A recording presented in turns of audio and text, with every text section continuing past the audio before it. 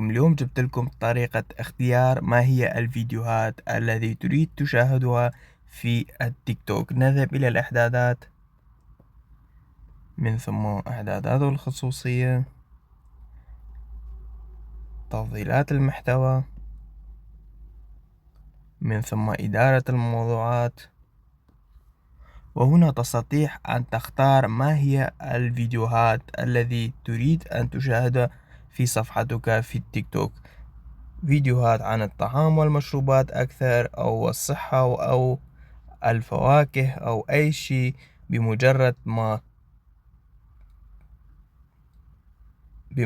ما تختار هاي على اليمين أو على اليسار، هنا المواضيع كلها في الوسط، وتختار هنا على سبيل المثال إذا مهتم بفيديوهات الصحة واللياقة تختار هاي نحو اليسار، بحيث يأتيك مزيد من الفيديوهات المشابهة للصحة واللياقة. أو تريدها أقل تسحب على اليسار إلى آخر شيء، بحيث تشاهد فيديوهات قليلة عن هاي المواضيع.